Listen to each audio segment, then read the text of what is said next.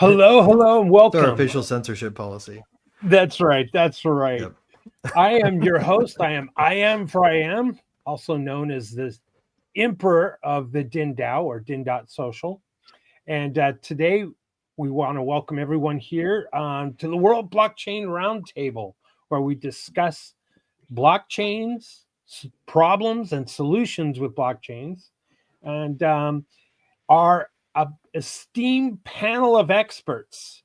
We have, let's see, next to me is Zach Kaiser from the Legacy Right. He's got his cigar in his mouth. And we have Greg from Rivet. Welcome, Greg. We have Andrew Joseph also here from the Legacy Right.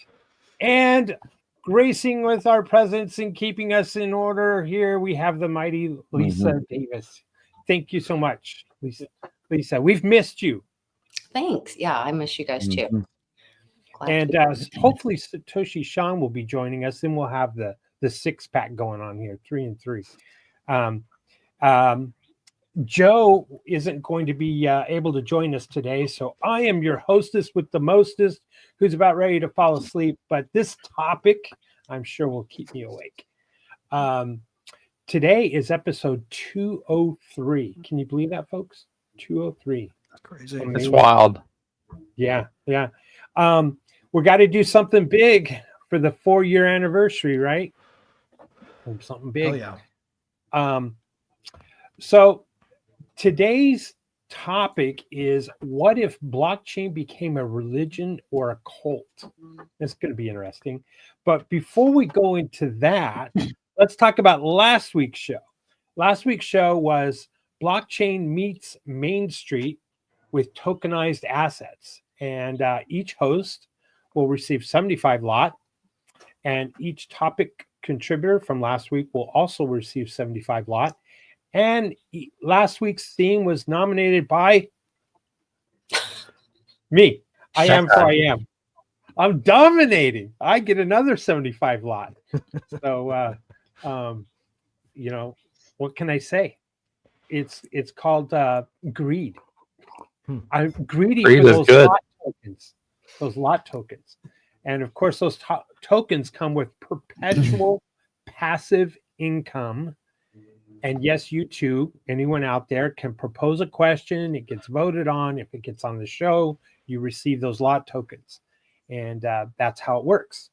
You also get free edits and governance votes. Governance votes means that you, as a lot holder in the World Blockchain Roundtable show on Din.social, that means you have a vote. You can vote for maybe taking one of the panelists off the show, or putting a different panelist on the show, or what the theme is going to be for a future show, these kinds of things. So it becomes powerful to have that voting capability. But before we go into today's show, we're going to talk about something that's on the table for voting. And let's bring that up here. May theme suggestions. Who's this guy? Anyone know? That's me. That's you. That's the real me. In the future, huh? That's the future you. No, this guy, I think he tries to fix bars that are going under, saloons, bars, clubs. Okay, bar rescue. Yeah, bar rescue. Right. That's the guy. So, can I make a suggestion? So what we need to come up with some themes for the month of May, and those of the top 5 voted on topics we'll discuss for next month. So there you go. Come here to Din.social, go to the World Blockchain Roundtable layer, which is like a category, and post your theme ideas. I don't see any yet, so. And anyone can participate in this. If you don't have a DIN account yet, all you need is an email. Make up a new email that's specifically for this. You can be however you want to be identified. You can participate in this. So. Yep, and you can even post anonymously in most layers, including this one. Yes. Yes. I can identify that if you post anonymously. Go ahead, Andrew. I'll make a suggestion after Andrew. I can identify as an attack helicopter. Okay. Sure. Yes, you can. Yes, you can. Yes, you can. You create an email for that as well. I have a suggestion for May. Go ahead, Zach. May is my birthday month, so how about this? How about if we just have an episode where everybody just gives me all their crypto? We could give our lot to you. I'll give you all my shitcoin Bitcoin to you. No, I'm just kidding. Oh, I said it. Oh, I broke a command. I have some NFTs you can have. I'll give you my Den of coin. Everyone. I only want shit coins. Yeah. And like Lisa said, thank you, Lisa, for that. All you need is an email to join din.social and post what your theme for them you think a panel of experts should talk about in respect to blockchain. So this week's show is What If Blockchain Became a Religion or Cult? Episode 203. And before we get into the questions, is there anyone that would like to talk about their cult experience or religion experience that maybe how they escaped a cult, how they're joining a cult, recommending a cult for us to join? What is I have a recommendation. Sure. We could all. I'm the high priest at the cult of Kefka, so if you want to join my my cult there for Kefka, there you're good. Just make sure you have only the magic. Is it Captcha? Kefka from Final Fantasy VI. Nice.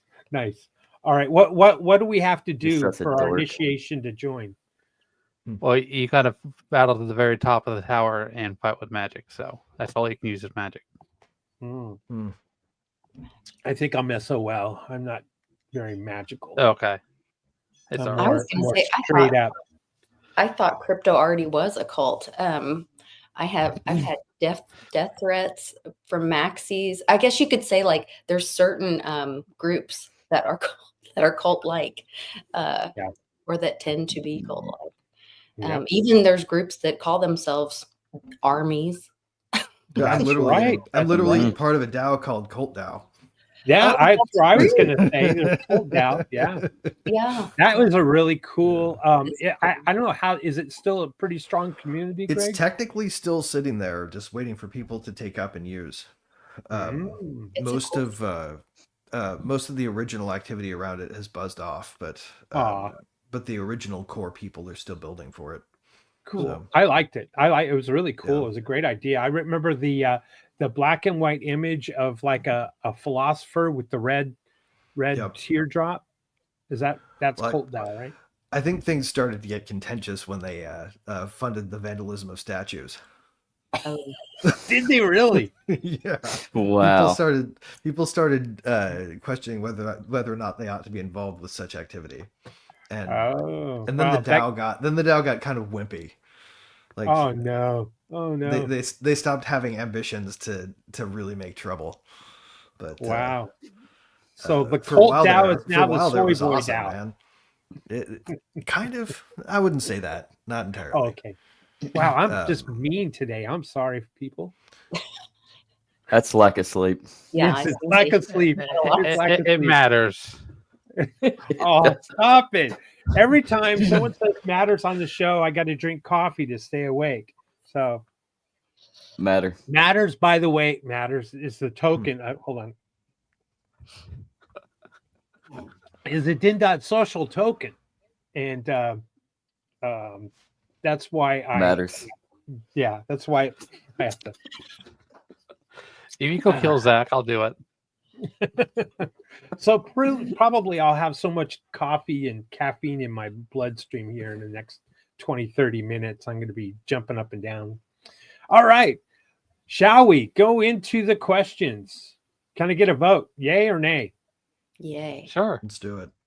All right. Wow. Participation. I love it. By the way, this topic happened to be nominated just by happenstance by the Emperor. I'm telling you, I'm dominating this token thing. I'm pretty competitive. So there you go. So here you go with our first question. From Legacy Zach, double dipping. He's taken it from the playbook, from my playbook. All right. Let's take a deep dive into the old Civil War days and explore the division splits amongst crypto enthusiasts, anarchists, hedge fund feds, and maxis.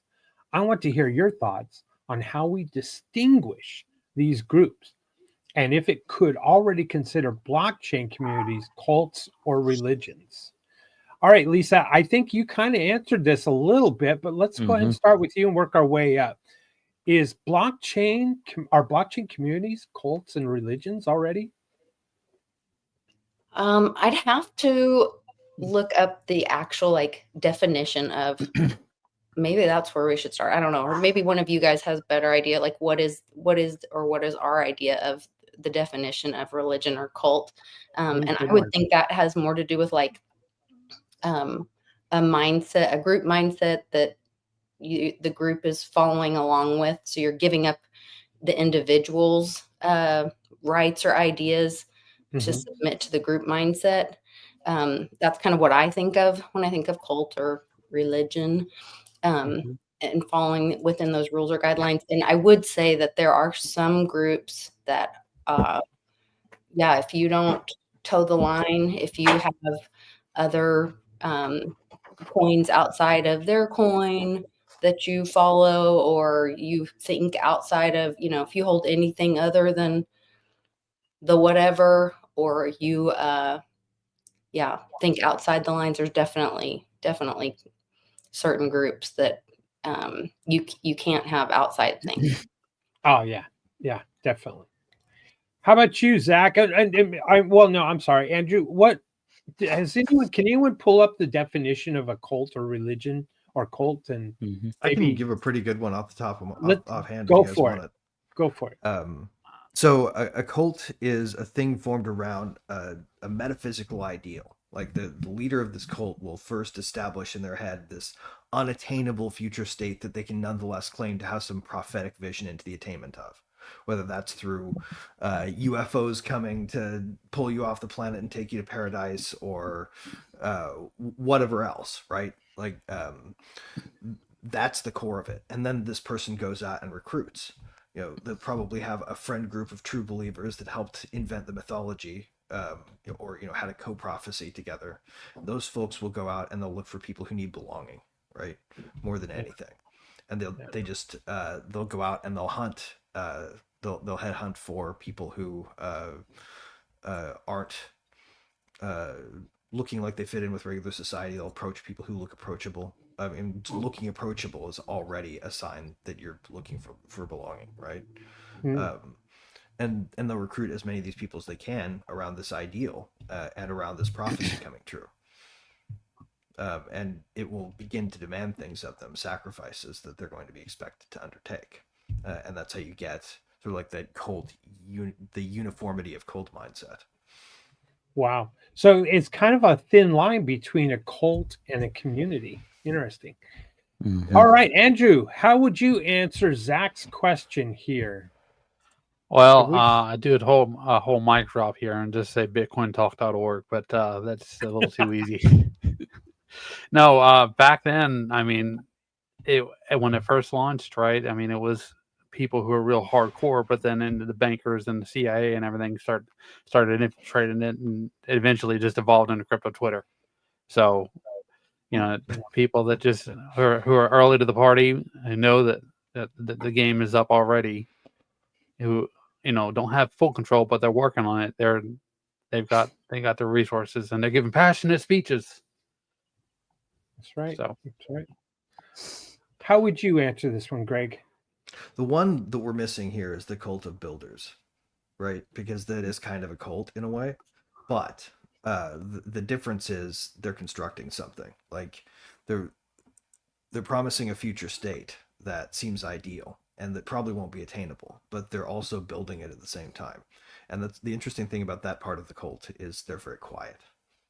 You don't hear from them anywhere near as much. If you want to find out what they're doing, you have to tune into their X account for build releases, because that's the only thing that's happening. Gotcha. Yeah, and that's not to say the whole cult is covered. Like, it's not in one uniform group. The cult of crypto has builder cult. It has the maxi cult, which is my favorite to rip on, because I don't think they're any different from feds. I think maxis are feds and feds are maxis. It would only make sense. Like, it would be the group you would send in to disrupt the entire ball game, to make it seem greedy and absurd. Right. They're the ones who were saying when Lambo the loudest. So they're Patriot Front. Well, I don't know much about the Patriot Front, but they're just feds. They're just feds. Okay. They're just feds. Well, yeah, exactly. It's exactly that. It's the Patriot Front in crypto. You can probably also say the same for the number go up people who complain anytime anybody does anything counter society. Good one. All right, Zach, answer your own question, sir. Please. I'm gonna add, like I said, crypto enthusiasts. I would probably combine builders with the enthusiasts, because you have to have some sort of enthusiasm and excitement to try to create something. So they're enmeshed into this whole ordeal. And there's a ritual aspect to it as well. So I would agree with Greg on the matter of saying that the builders are more of a cult than anything, with the ritualistic expertise that they add to the whole volume of blockchain technology. As far as blockchain in general, I don't know if I can answer it. I know that there's multiple communities that have formed over the years, online and off. It's kind of hard to answer the question. I don't know. I don't necessarily know exactly how I would answer my own question. But community is the go all. Good. And we have Satoshi Sean coming in. All right, guys. See you later. 6th place.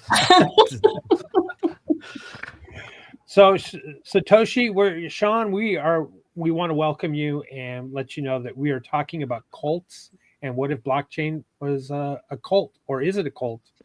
And so before I answer this, Zach had the first question, and this question, he just wants to know if you could already consider blockchain communities cults or religions. So what do you say, Sean?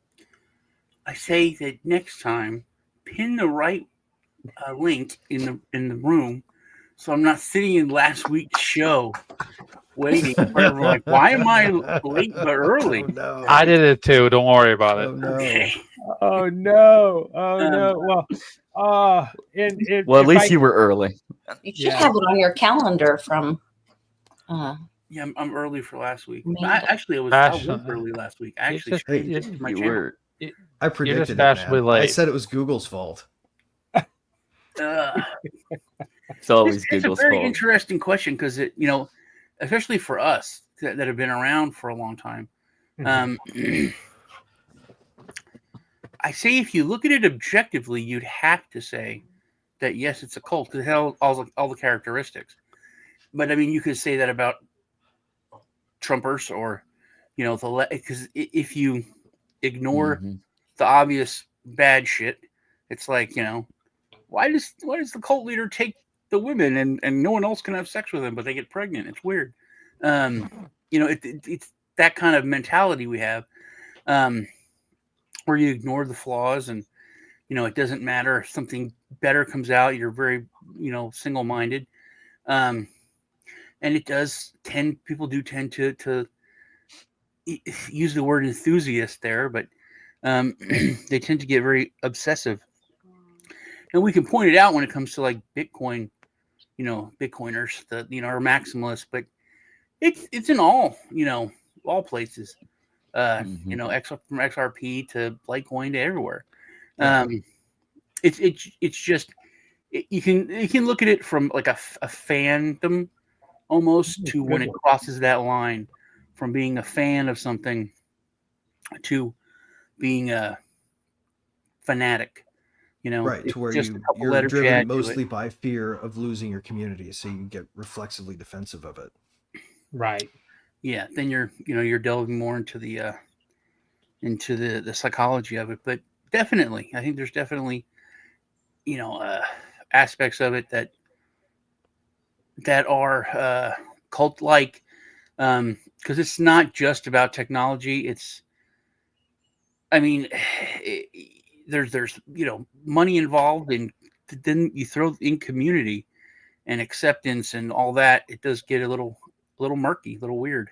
Sure. Well, and cults do have a money element to them, right? Like Yeah. most of the reason they seek to grow their membership is to seek the amount of resources that they can control for the group. Right. Caress. Yeah, there you Yeah, go. exactly. All That's an right, so I exact guess example. I'm going to round up the final answer, which will be the accurate, most correct answer. No, I can't say that. No, I would say that we all live in a matrix. This is a simulation, and so cults are chapters within that simulation. And blockchain cults are a cult within that cult within the matrix. So if you kind of if you want to dive deep into it, that's kind of how I would answer the So question. you call it a mystery sect then? Honestly, I mean, religions and cults are almost one and the same. That's going two to sides fit of the same coin. and One of them the is socially Bitcoin accepted, the other's not. maxis became really very tribal, and that the big fork wars in 2017, I think, is where things became a little bit more personal, and became more cultish within the space. And there's only one coin, and it's my coin, and all the other coins are shit coins. That kind of talk, and that became like the cult of the religion. My religion's the only way to the top for exaltation, for the afterlife, and so my blockchain is the only blockchain that matters. My blockchain is the only blockchain that's a real blockchain, and not a money grab. These kinds of things. So, and wow, if you want to really talk about cults that spring up quick and then fade away, are your meme coins, right? So, like Greg said in his defining of what a cult is, I think cult and community are kind of almost gray areas there. So there's somewhere in between where they overlap. So that's my official answer, is the emperor of the din social. Well, yeah, and communities feel organic, right? Like the nature of community is it doesn't have a central party line. I think. Well, crypto was supposed to do away with third parties and do away with centralization, right? Well, that was the idea behind it. Oh, Zach's got a second question. Oh, wow, Zach, you're like really going for it now. What did I tell you about taking up everybody's time? What if I'm told just trying you to be like my Caesar? Oh, there you go. All right, so here we go. What if I told you those who join in cultist behavior most likely fall as a 6 type in the Enneagram, striving for a sense of belonging with security? By the way, this is a personality scoring Fixation. There you go. I don't like cults, says Zach. But with that, please present your thoughts on how acknowledging the Enneagram's subtypes as a generalization in the world of blockchain and what it may mean on a healthy structure of human behavior. Well, let's talk about gullibility.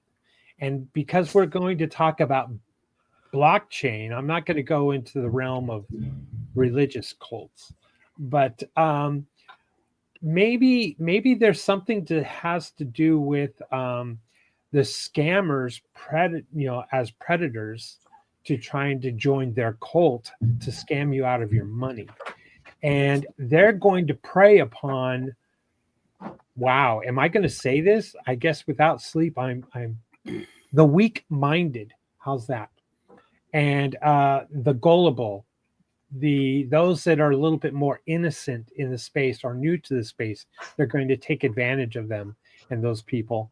And those, wow, I'm really stereotyping those people in quotation marks, probably fall into a 6-type personality trait, and are more quickly to lose their crypto to a scammer, or to a cult.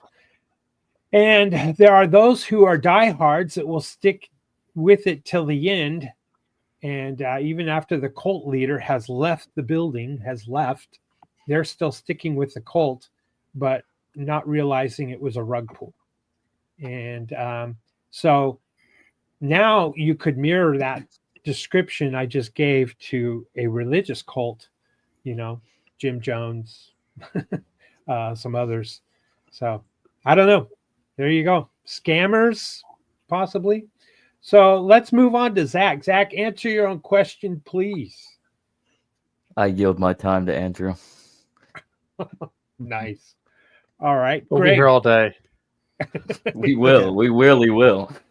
So I think it's an interesting frame to place over the whole question of blockchain communities and how they behave. It's a useful frame. Just to draw an equivalence, right? Like you could also pull the Jungian personality types out and overlay them and get some interesting information about the personalities of people that strive to belong to cults, right? There's going to be some of that in everybody, and they don't even have to be unsophisticated people is the thing. Like some of the people that join these things are very sophisticated, highly capable individuals who put their skills to use for the cult, right? It's the masses of them that we like to critique, but it's the core operation of the group that I find myself most interested in when I think about cults. Like why perpetuate this, and how are you doing it? That's the sort of information I think is really most fascinating here. But as far as applying all the Enneagram subtypes, I don't know them through and through. So I don't want to comment too much on anything like that because I haven't read it all the way through yet. Mm-hmm. But I do think it's a useful frame, and I do think Type 6 sounds very, very, very much like the rank and file of any given cult. Oh, good. All right, Andrew. This is your neck of the woods. Let's hear your answer, and you got Zach's time to add to it. Okay, well, it just depends on the fixation of action. So an 8 fix will be more interested in control and limiting people's options, while 1 fix, like Bitcoin Cash, ABC, or Node, will be trying to implement their interpretation of reform over previously dysregulated code, right? So, and then that's if people are even interested in that. Some people are just trying to make money and with meme coins and stuff like that. So they're enthusiast 7s. They're in it for just for a minute, and then the engineers who are trying to build projects long term and it for 20 years or more down the road, they're trying to build up some money. So they're 5s. So it really all just depends.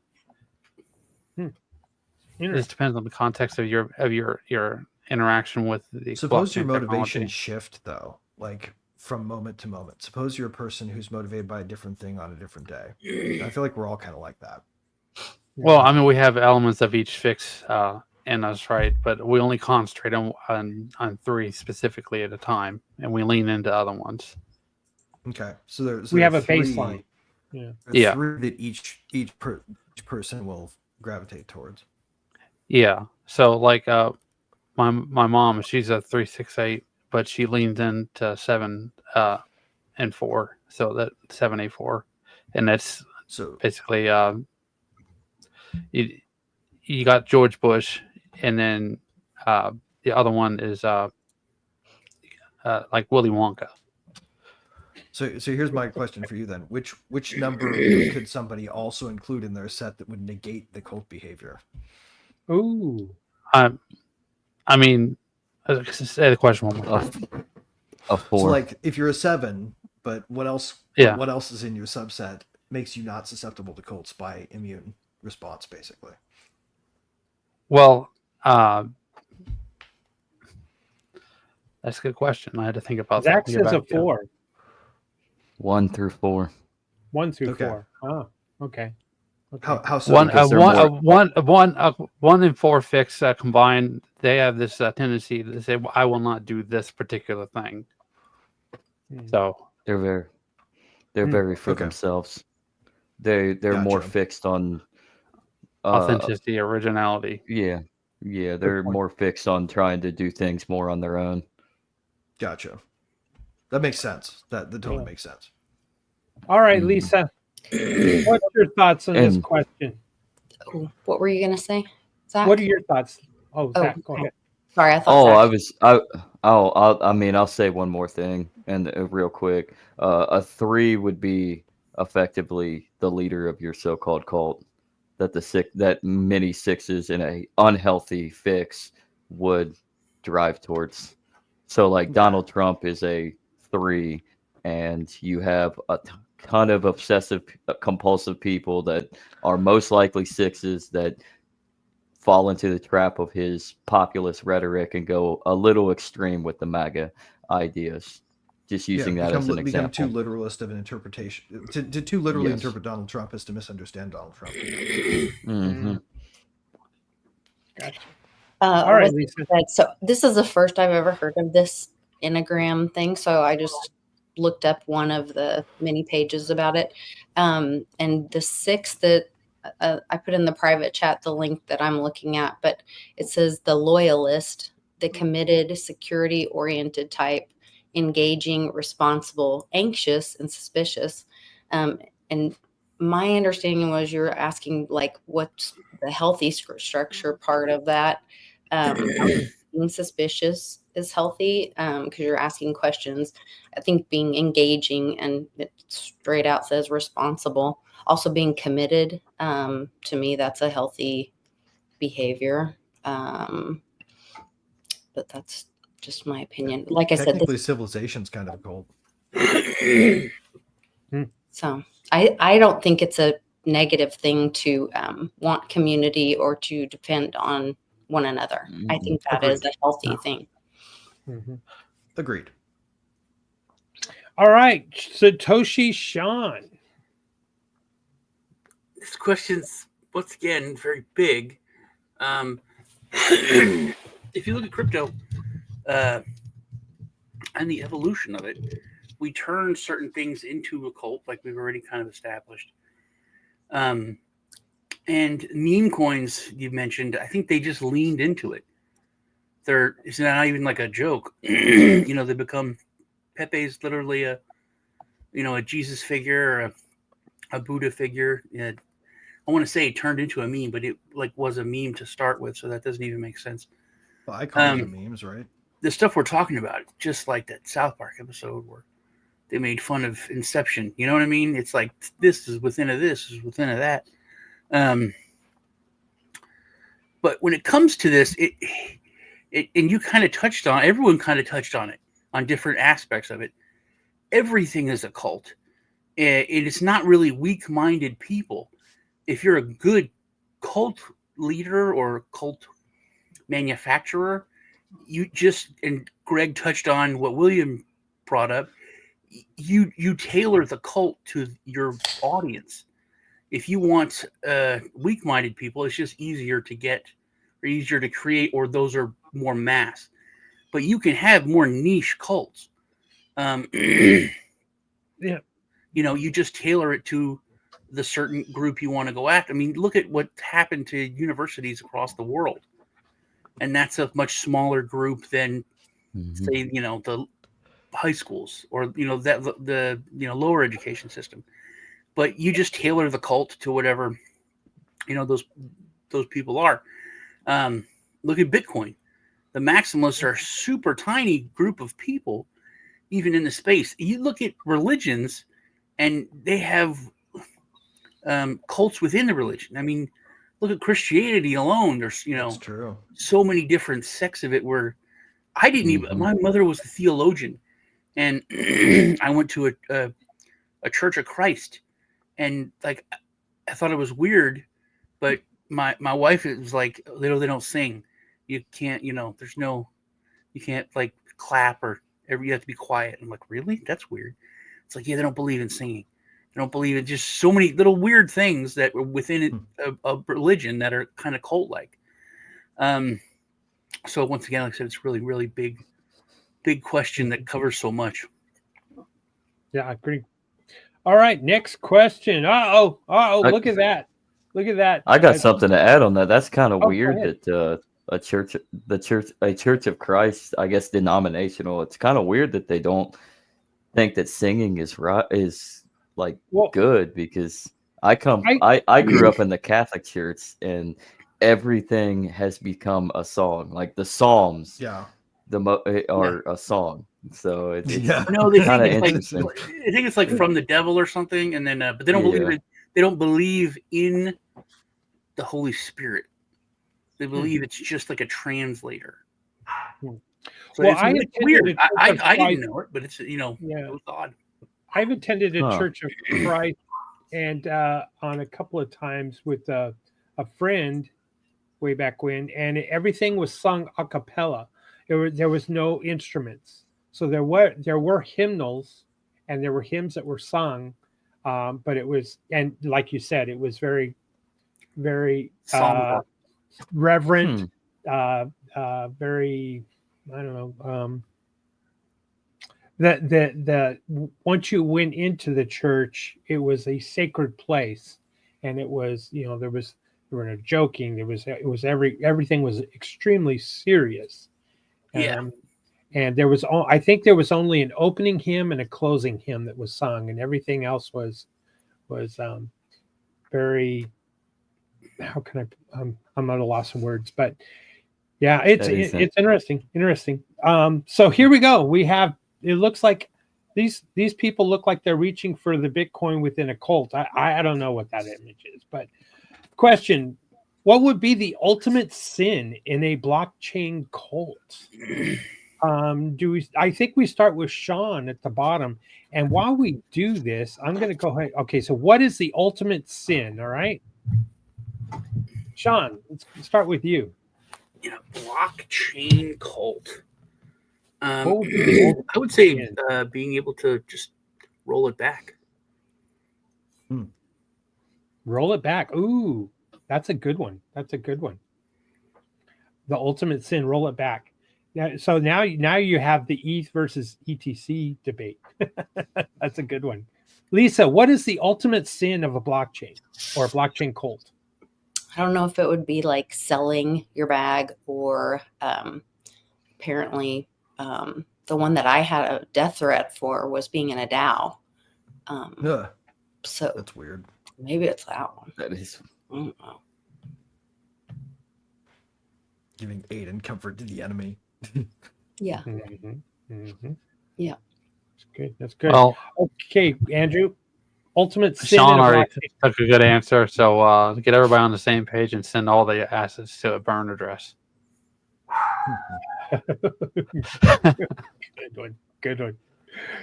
And we had the dog at the end go to add an exclamation point to your ultimate sin. Greg, what's the ultimate sin of a blockchain posting cult? FUD on crypto Twitter? Posting FUD. Oh, that's the ultimate sin. Oh, yeah, you're publicly disavowing your cult. Oh my goodness. I guess it's like denying a deity, right? Yep. Yeah, bring up a legitimate question in a community. There's like, hey man, watch the FUD, man. Shut up with that FUD, man. Like, it's like what gets you booted out. Wait a minute, that's a real question. A real question. Nah, we know your type. Zach, ultimate sin in a blockchain cult. Being a central banker. Oh, that's a good one. I mean, Charlie Lee kind of did that during 2017. He sold all his Litecoin. Yeah, to a degree. Well, Or did he? Or did he just move it into a public trust? facing? He might have just moved it into a trust. I'm thinking he moved into a trust too, which would be smart. Or did he swap it for another coin with somebody else and then buy it back? Maybe.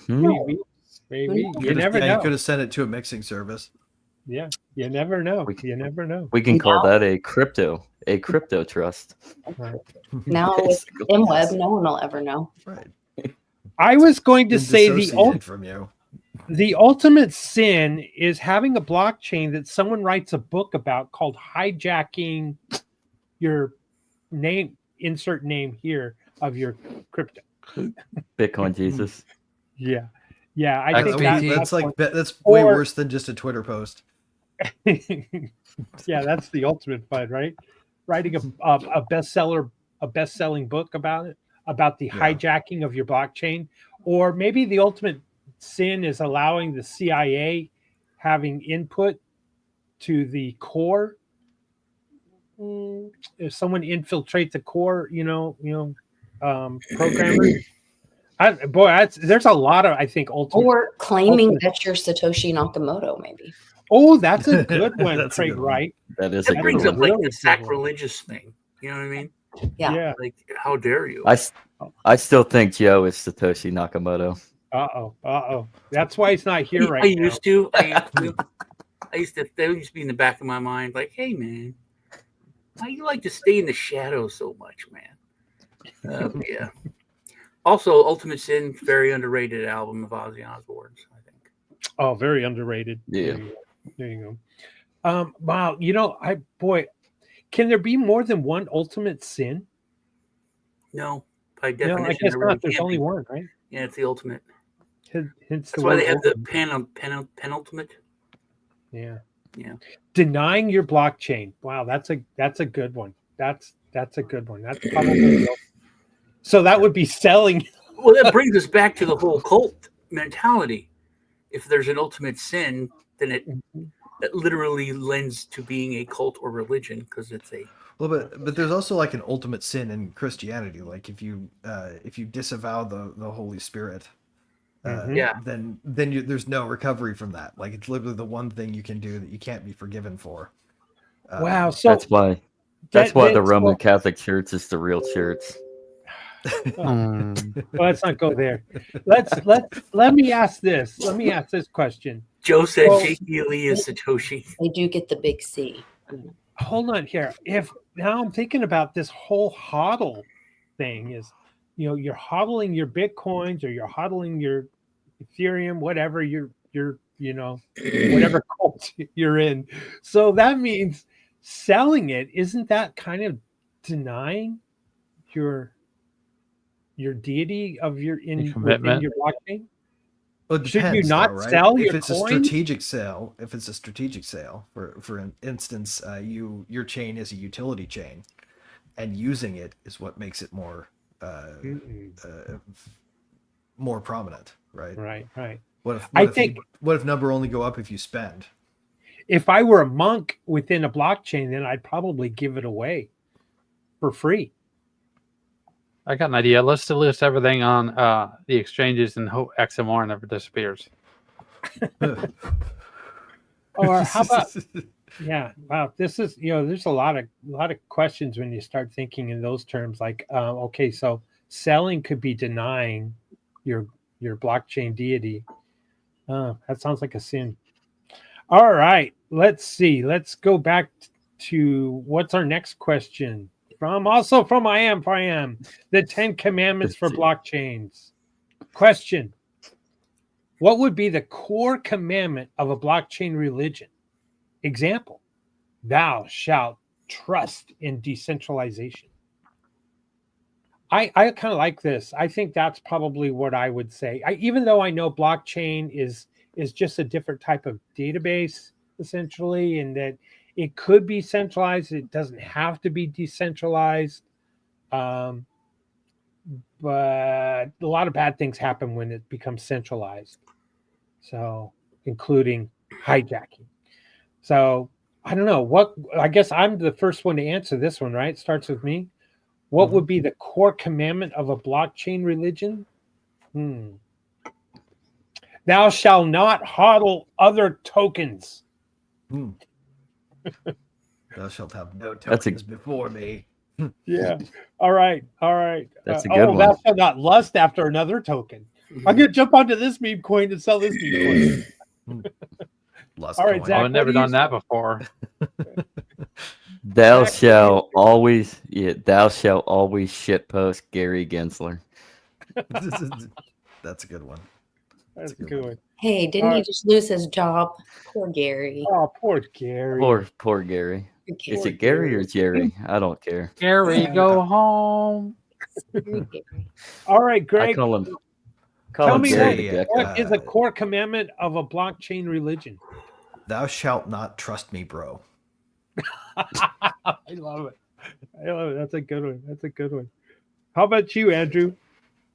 Thou shalt reinvest in decentralization research. Oh, good one. Good one. That's a good one. And that forces then you're at a church function for your blockchain, and it's kind of like Sunday school, and the teacher's trying to explain to the students, the new hodlers, what decentralization is. I could see that, Andrew.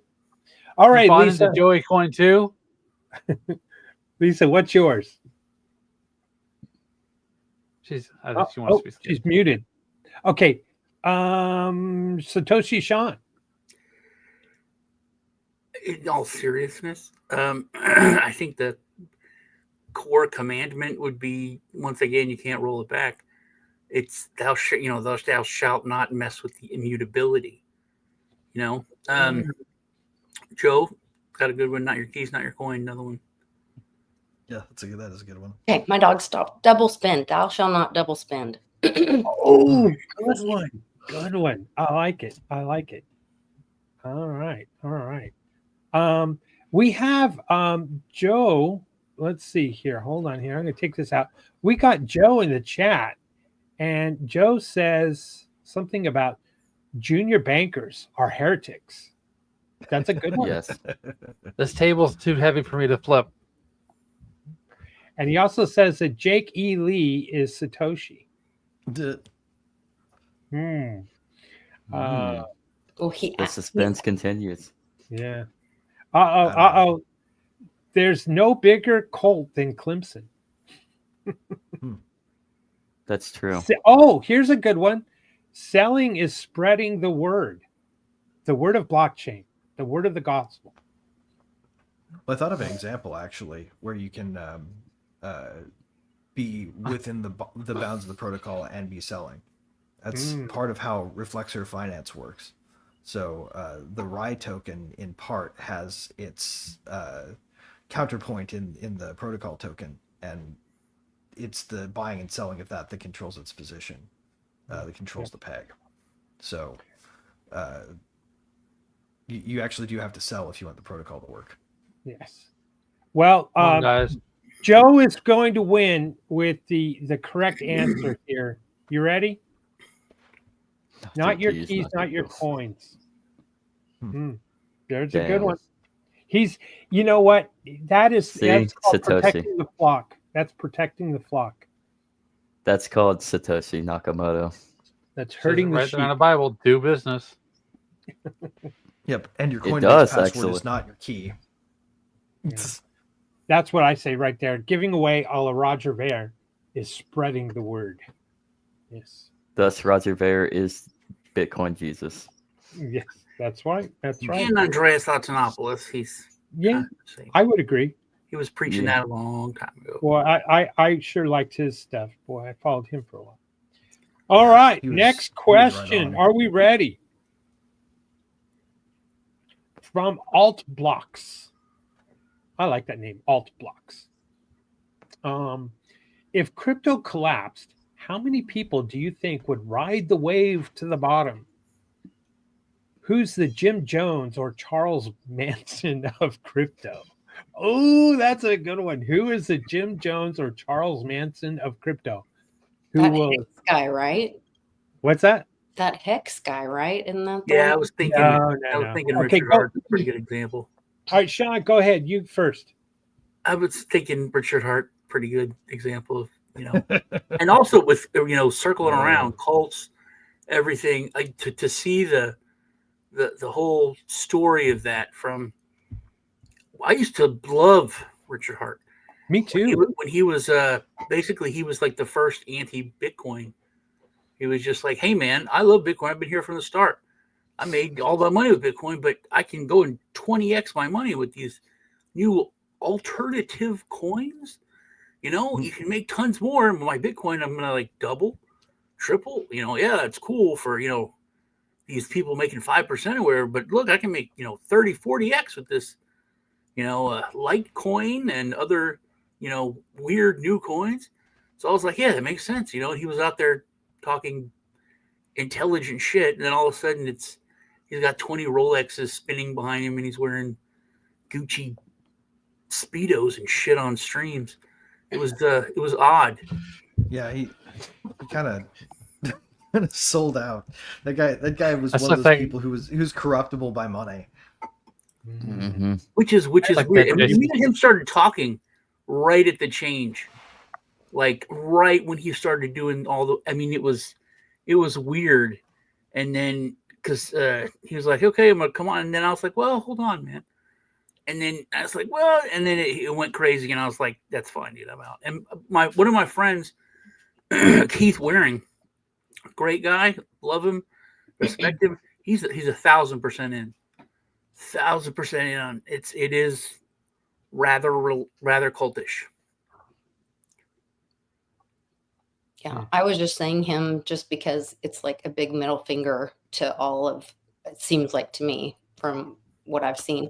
And that's from like my crypto education over the years. And one of the things that Reggie told me that really stuck in my mind, he said, when people, if you put ETH or whatever into a coin or project, then what were you getting out of it? What did you see? What benefit, what work were they doing in that project?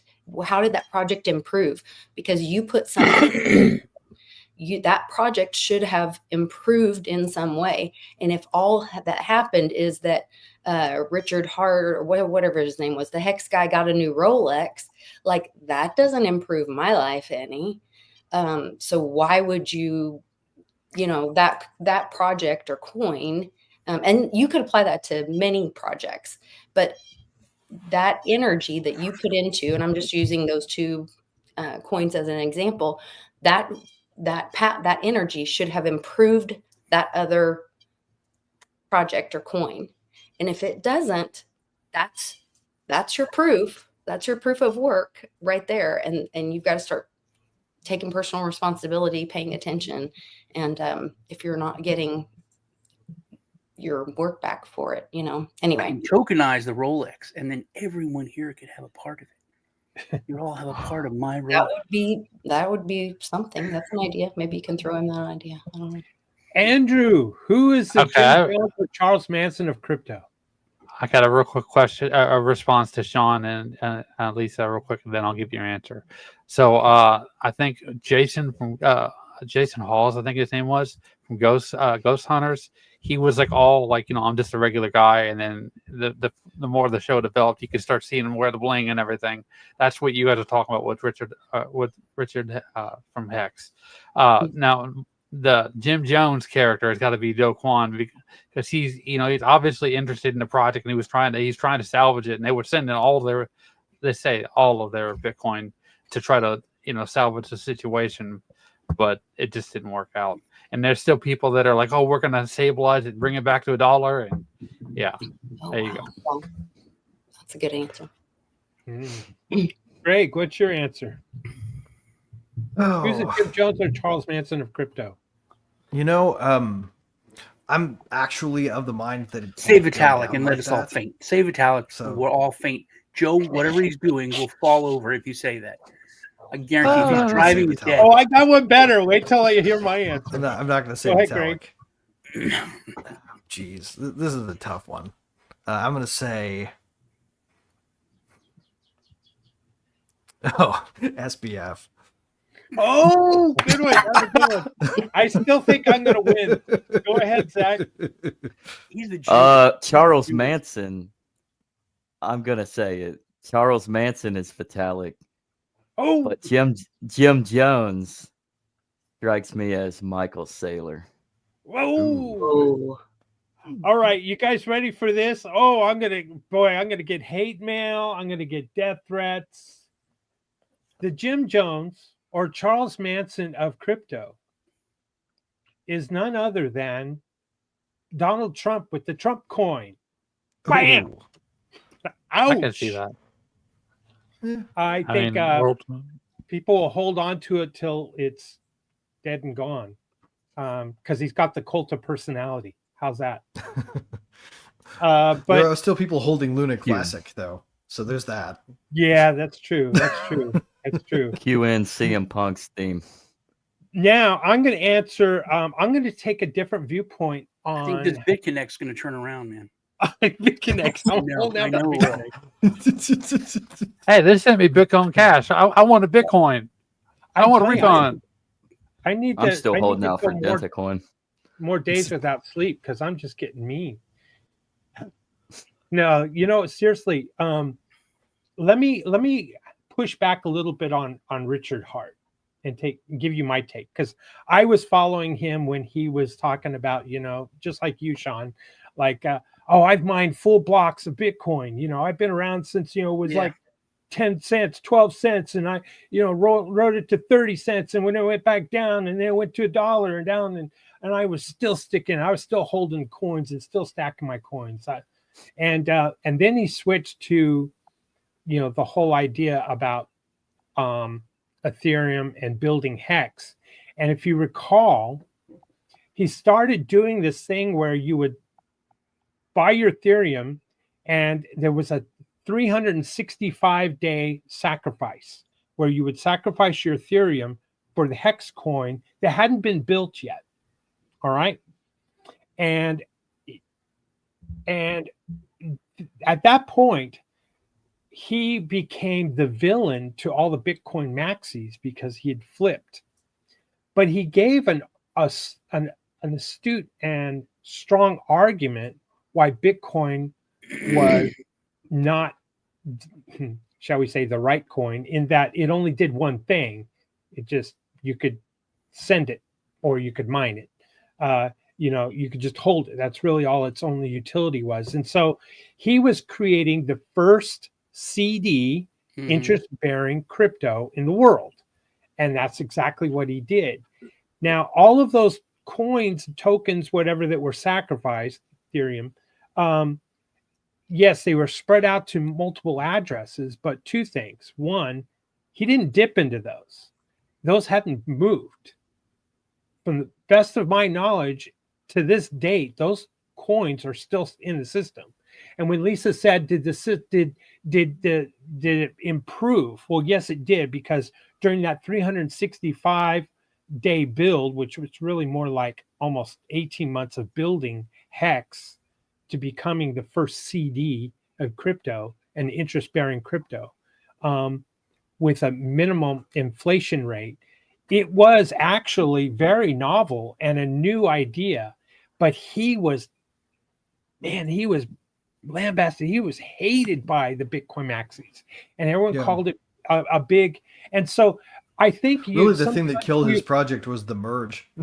That was the thing that killed his project. Yeah, and so I think not everything that you hear about Richard being this evil dude and just pumping his bags is correct, because he actually also sacrificed Ethereum and used Hex and rode Hex out, so that's where he was getting, and he had Rolexes before he did this. Okay, well, I'll change mine to Joe Lubin then. Oh, good one. So anyway, that's I think Richard has gotten a lot of bad press, but Richard is Richard, and he's going to rub everyone the wrong way. So anyway, long story short, but I think, is that our last question? Oh no, we got Darox. That's right, the great Darox. This discussion promises to be interesting. I have no questions, but would like to share my opinion. Interesting things are happening in meme coin communities. Meme coins, because they are very well decentralized, distribution of tokens is better than with typical cryptocurrencies. It's a bit like fans of a music or sports team. Boy, isn't that the truth? Some of them call themselves a cult. Already, there are posts and memes created by the community to promote these coins. Thanks to AI, songs are being created about them. They become the hymnals. A culture is being built. I think that in the future, concerts and other public events will be organized. As the popularity of a meme coin grows, look at Doge. It became a U.S. Department agency. Yeah, there will be more and more creators who are now early investors and will create material on social media. I think the metaverse will also play a big role, and many of these creators will be active here. It is very fascinating to watch this development. Comment, also by Derox. It is not if, but blockchain is a cult. The rules should be as non-religious as possible. All right, comments, I guess, to Derox. Well done, Derox. I agree. Yeah, it's not if it's a blockchain cult. It is a blockchain. There is a cult. I think that's what meme coins have done is they've leaned into that aspect of it. Like, yeah, we're a cult. You know? Yeah. Like, I think, getting back to Richard Hart, he is the meme of crypto. He literally was, I'm all about the tech, man, all about the utility. And then it was like total crypto, bro. Just like everything is about, the money. Yeah. And the flash. Yep. Oh, I agree with this one. Richard definitely read the Dragon White paper. Oh my gosh. Let's see. Joe says, hodl. If you hear me. Yeah. And classic Coca-Cola says classic is the next classic. Another Joe says, strive to be the Charles Manson of crypto. Oh my goodness. Fuck. And he also says, Sailor, ha ha ha. And SBF isn't crypto, though. That is true. He's true. not. That's so true. That's why I remember Blockfolio before his business actually went off the ground. That was a good wallet or a tracker, I should say. Hoskinson is another one that has kind of got a cult following, doesn't he? And I like the man in his speeches about liberty and individualism, and but he also kind of dances with the devil and cuts deals with governments and who knows. But he broke my heart betraying ETC network. Wow. And what was this? Richard definitely is I read the directory. So there we go. Anyone else have comments about Derox? Anybody? Yeah, I think honestly, I think that's a really interesting point. Because I've always thought meme coins were a unique thing in their own right. Kind of the fungible version of an NFT. And I think there's probably a lot of power there that's unexpressed, right? The fact that it sits on the other side of what the SEC could bar, right, is in and of itself kind of a superpower. Used the right way, it can move mountains, like we saw with Doge. So I've always, I don't think meme coins should be the only thing out there, but I don't think that they shouldn't exist. Well, the SEC's okay with meme coins. They let them. They have to be. They let them go because they have no future investment goals. Like there's no reliance on the future work of a management team, and that breaks the SEC's analysis of Howie. Plus, I think it has to do with the distribution. Majority of them, 100%, are released the very first day.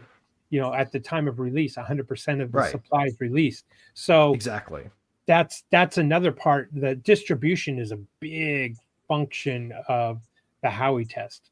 And by the way, Richard Hart's case was dropped by the SEC. I don't know if you knew that. I figured. No, I think he was genuinely trying. Honestly, my opinion of Richard is he was genuinely trying to build something.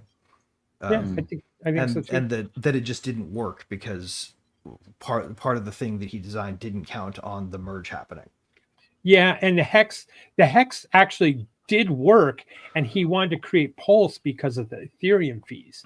He was sickening him by the fees on Ethereum, so that was why Pulse came out and Pulse Chain, and then moving Hex over to Pulse Chain, and then the merge. He was hoping that before the merge that they were actually going to do something for the fees on Ethereum, but it became status quo. Right. Well, the merge was just. I mean, if you want my cold take on that, it's literally was a response to political pressure. I agree. This was the ETH community trying to bulletproof themselves against the attack on proof of work vis-a-vis environmentalism. Mm-hmm. Speaking of political pressure, I remember a long time ago seeing that the NSA apparently was able to track down Satoshi Nakamoto based on the way he typed and stuff like that. And just recently on Bitcoin.com's X account, they were talking about how the government has said that they've met with Satoshi Nakamoto in private. It's almost impossible to do anything anonymous nowadays.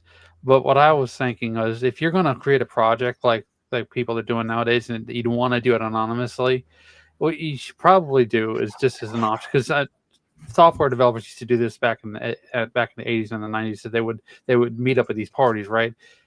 Print off your software code in a book.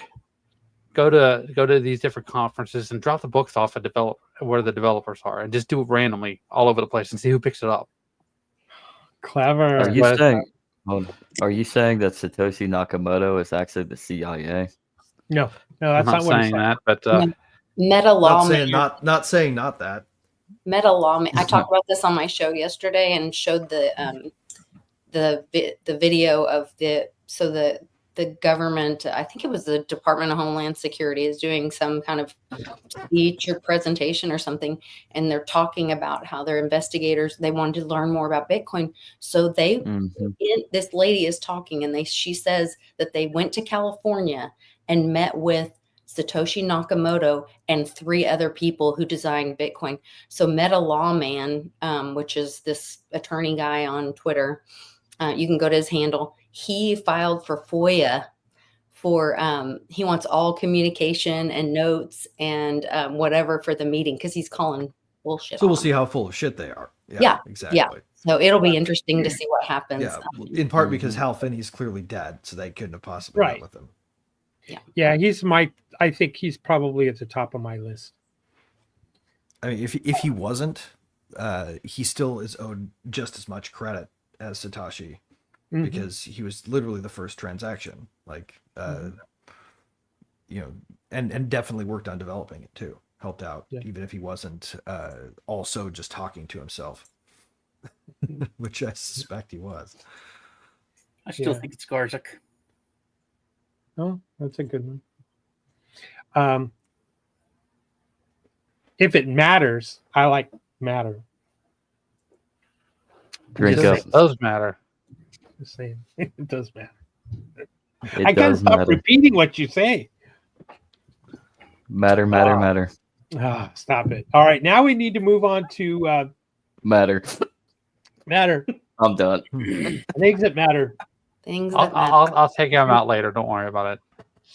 Thank you. Now let's. That was all of the questions for today. Again, today was brought to you by World Blockchain Roundtable, the show where we all talk about solutions provided through blockchain. What is blockchain?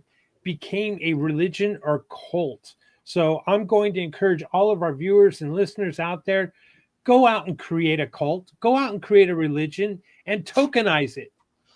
There you go. I agree. If you're worried about getting in trouble, just start a wrestling company. It's the same thing. Yeah. Well, if you're worried about getting in trouble, just remember that 503. What is it? Is it a 501 or a 503B? You're thinking 503Cs, right? What? Yeah, 503C. So you're tax exempt. That's right. That's what probably need to do. But see, the whole tax exemption really, in my opinion, I'm no tax attorney here, but decentralization kind of handles that too, doesn't it? Yes. Privatized blockchain kind of handles that too, right? Doesn't it? To me, it's really easy to have no problems with the IRS thanks to loss harvesting. Lost harvesting? Define Loss lost harvesting. I'm joking. I don't actually do that. It's technically not okay. legal. Okay. But some people have taken to taking a paper loss by selling into some token that they know will underperform their current position pretty dramatically. Yeah. And then the very next day after the tax calendar turns, buying them back so that they report a huge loss on the last day. Mm-hmm. Funny. Yeah. This is how loss harvesting works. No one likes to receive those IRS letters either. And a lot of small businesses and people without a lot of money but have invested in crypto have this is not recently financial received advice. a lot of those letters lately. In the last couple of weeks, a lot of letters went out. Just saying, be careful out there. The IRS is really stepping up on the blockchain crypto, declaring your crypto out there in the U.S. In the last couple of weeks, this may only last till the fall, right? Because they're about to downsize the IRS right after tax season. But yeah, so they blitzed it right in the last couple of weeks. Hopefully. Is what they've done. Yeah, it's horrible. Right. I thought we were basically exploiting the last of that staff. But yeah, I thought we were supposed to end the war here on crypto, but I consider the IRS as part of the war. Well, they need to reformulate the entire policy. It needs to allow interchange between tokens without harvesting a tax gain. Yeah. Like every other asset. All right. Well, let's move on to current events. Is there anything of note that's happening in the world? Because I don't think so. I think everything's pretty much stagnant. No change at all. I mean, trade seems to be going back and forth between countries like it always does. There really are no speeches. There's just, have you noticed like on X and on YouTube, nobody's really talking about any controversy in the news or in politics or in the economy. It's like quiet head out. What's that? No one wants to create cash through controversy. Yeah. What I found what's happening in the world out there? Fill me in, people. I haven't slept because all I've been watching is commercials because there was no news on TV. Wow. Anybody? Well, apparently, this is what I heard. I haven't looked into it myself. Elon Musk is supposed to be stepping away from Doge. Is that right? Is it true? He's not. He has always part of the plan. So the temporary position, because he's not a government. It's a temporary government position, so it can only he can only work there for 130 days. So he'll have to step away or create a new position or whatever. So it's kind of word salad, fear porn, whatever. Yeah. He's not stopping. Well, or the position or the entity won't stop. Right. Exactly. But he's also going to probably still play a role in helping where he needs to. It's just the pattern has been. This is the way Elon Musk ventures work, by the way. Did anybody notice they kept launching rockets over at SpaceX? And Neuralink kept making breakthroughs and all the other companies kept building, and it all seems to work without his full attention on it. Right. That's the way he builds organizations. The organization will report to him in the 5 minutes he has for it every day, as needed. And he'll give his attention where it's needed, but the guy's not going to stick around at one venture for that long because he's set up the organizational staff that he needs to have to make sure things are getting done without him paying attention really closely. I think that's the rub of it. This is just how his stuff works. It's how he can do 10 things at once. So when you see he did that with X. When you see a Tesla on the street, what are your first thoughts? Well, is it the trash can one or the cars? That's the cars or the Cybertruck, either one. If you see one on the street, what's your first thought? I'm surprised that they're not just they don't have Nazi decals on the side of their car because they can now. Like people just think they got vandalized, so they can just edgelord it. Oh, good one. Zach, what do you think when you see one on the road? Trash. Oh my gosh, Andrew. The first thing I think when I see a Cybertruck is the fact that they can create their own horn. I wish that would be a feature in a lot more cars. Nice. I mean, that is That's kind of awesome. cool with the Cybertruck, is you can create your own horn. That's badass. Get off my lawn! I would make it and get fuck off. Get the fuck out the way. Get the fuck out the way. I think driving a Cybertruck is about the closest thing you can do to drive a Texas flag around. Yep. Lisa, what do you think when you see one on the road? What's your first like I said, I thought it looked like a trash can, but I never wanted one because I'm a huge car fan. Like, but I love like the louder, the bigger, use more gas, like 10, 12 cylinder. I love it all. But since that pisses off the liberals so bad, now I kind of want one. They're pretty trashy, but at the same time, that is a good thing. Yeah, I just want to wrap it in like I love Trump and then drive around my trash can everywhere. You know? I dropped off my granddaughter at the daycare school, whatever. It's more of a school than a daycare. Anyway, this morning, and there was someone who was climbing in their Tesla and almost climbed out of my car to go over there and shake their hand. Because I was thinking, you know what? All they're getting is probably the finger. They're going to spit on all this stuff, and they're probably not getting any positive reinforcement or thank yous. And I thought, no, I should do that. And then, you know, of course, he was already backing out before I could jump out and you know, if I walk to his car, you know, he's probably thinking, "Oh wow, here comes another one." Here comes another one. Yeah. Yeah. No, I try to give Tesla drivers thumbs ups on the road. Yeah, I've done that a couple of times. It's amazing though. Probably within the last year or so, I've seen more Cybertrucks and just a normal Tesla car more than ever anymore. And there's a service center that has a ton of them right near my my place. Like I know as soon as I can hack that pre-order, they'll just roll one of those bad boys over to me. Yeah. Well, the self-driving is amazing. So. Oh, it is. And the numbers. It's pretty fantastic. If we had most of the cars on the road were self-driving, the amount of fatalities and accidents would be so low. It's, you know, it's the numbers, you know, can't lie. Well, I mean, there's statistics and there's lies and there's damn lies. Is all you need to reduce death, right? Yeah. It only has to be a little better than everyday people, and then you got yourself something that should be on all the time if you really want to save lives. My thought, going back to the Doge thing and Elon, is, and his team of people that are looking at these crazy expenditures, is, wow, are they going to really be able to look at the black budgets and be able to tell us what kind of money and how they're spending their money? I don't think so. I think would be a bigger scandal than the USAID.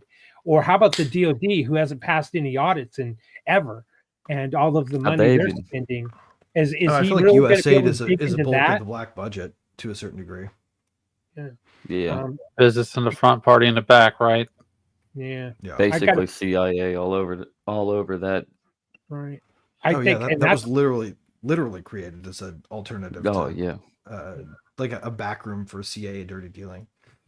Mm-hmm. And if I would have been, I guess I'm happy that they're uncovering all of this waste and fraud and corruption, and putting a stop to it. If nothing else, the stop happens next fiscal year, I hope. I think the biggest thing they did was actually force them to put entries in the explanation field, like in the spending machine. You know, like the spending machine now has a populated spending section or justification section. I remember he found, what was it, 12 magic money printing machines in different departments. 14. I bet there's several. 14. I bet there's several more, twice as many in the CIA, and twice as many in the NSA, and twice or 3 or 4 times more in the DOD. Right. All the defense. The defense probably has one in every office. You Anybody who's ever issued a payment to a contractor, which is basically every single DoD department. Well, in a hearing, I think it was yesterday, one of the witnesses were confirming that the spouses of Congress own real estate property, and then they leased that to the federal government. Timberchet was like interviewing somebody, and so one of the witnesses confirmed that. So like we're seeing all the corrupt nepotism there. And at some point, like people are going to say enough. Yeah. I don't know at what point that is, but I still feel like there needs to be like another part of this whole thing that that involves more Twitter files like releases. Because to a certain degree you can catch the waste without disclosing the ugly in a lot of ways. Right. When they show what the children that are involved and when that comes out, which Pam Bondi was talking about that. She said, they found children or in card boxes in the hallway, blah, blah, blah, all this. They just arrested, there was an Interpol arrest of over 2 million people recently. And then Pam Bondi did several this last week briefings, but like no one's talking about it, and it's all about little people being trafficked and all this. And that's terrible. Horrible. Yeah. And nobody's talking about it because why? Well, the Intel superstate controls the airways. Yeah. This is like what Putin, I'm not saying Putin is a good person or anything, but even Putin says, I'm not going to go up against the US media machine and try to plead my case to the world because they own it. Yeah. They control it. Yep. And it's pointless to try to fight their propaganda machine. It's ridiculous. Right, they won't even publish anything the guy says in full. Right. So I think about that a lot of times when I'm trying to have a conversation with family members that all they do is watch NPR all day or listen to NPR. You know what I really want to see is the Gensler SEC files is what I want to see. That's what I want to see too. I really want to know exactly how they were working with the rest of the government to combat open source, free, decentralized crypto. Because I bet you that was part of the conversations. Like they probably were proactively talking about hindering projects that were actually building as a strategy. Jason Siebert just posted today that he's a former SEC attorney, but he's actually Reggie Middleton's attorney now. And they are filing for a motion to vacate. And it's my understanding it's based on like fraud on the court. Those are hard claims to substantiate. I wish them luck, but odds are not good. It's pretty strong case. So the consent order for the judgment for fraud on the court in the SEC versus Reggie Middleton case, and they have the calendar dates or whatever on there. I put the link in the private chat if you wanted to share that. But you guys can also go to my Twitter, which is @LisaMightyDavis, and you can see the link there. So nice. Mute myself since the dogs are not so fun fact about any efforts to vacate rulings is they do weigh the value of finality against the relief sought. So they actually value finalness over justice a lot of the time. And this is like a jurisprudence principle that lets the courts off the hook from saying anything super profound. But like if they don't want to make trouble for the appellate court, then they will not vacate. So just for folks watching that are curious about that, because it's a hard standard to beat. But I'm not saying that this case won't beat it, just saying that it's a challenging standard. I want to give a shout out to Aaron Day. He is on a political fast, and he's shooting for 40 days. The longest fast he's ever done is a 38-day fast. He's shooting for 40 days. To put it in perspective, Gandhi did, I think, only 21 days. But he is fasting for Roger Ver. and to have Roger Ver pardoned, released, and the charges from the IRS dropped. And so I just want to send some energy and positive thoughts towards him in his political stance here. It's very commendable and honorable thing to do. So shout out to you, Aaron. Keep up the good fight. That's very special, man. I couldn't do it. Amen, brother. And he's often on this on our show here, providing blockchain solutions to real world problems. I mean, he's a man that lives it. He lives off a blockchain. He is truly a hero in the space, and Roger needs our support as well.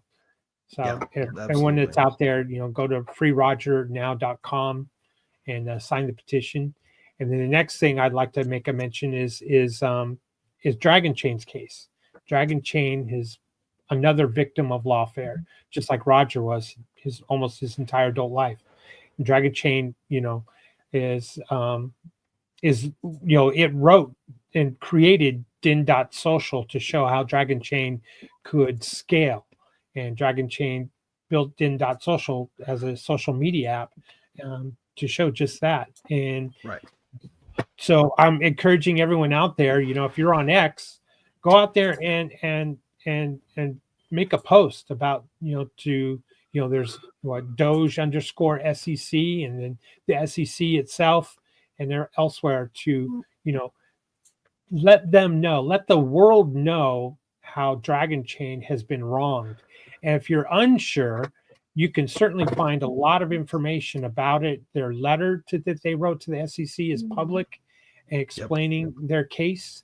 And I encourage everyone who is watching and supporting this show, please, like and subscribe and give us a thumbs up, as well as, show your love towards Dragon Chain. So there was there's even a chat bot you can have write your letter, and it's like trained literally on everything Dragon Chain. So you can actually go and check it out. Yes. And ask it anything you want, even hypotheticals about what kind of projects you might build. So absolutely neat. Very good. And if you are looking for that posting or the link, we'll try to share it in a comment here. But you can also find on din.social in the Dragon Chain layer. And but with that, what else is happening in the world? Are we going to war with Iran? I don't know. I don't know, man. Yeah. We got a yes, and we got an I don't know. We got an I don't know. Lisa, what's your vote? I don't think so. I think we're more at risk with China, to be honest.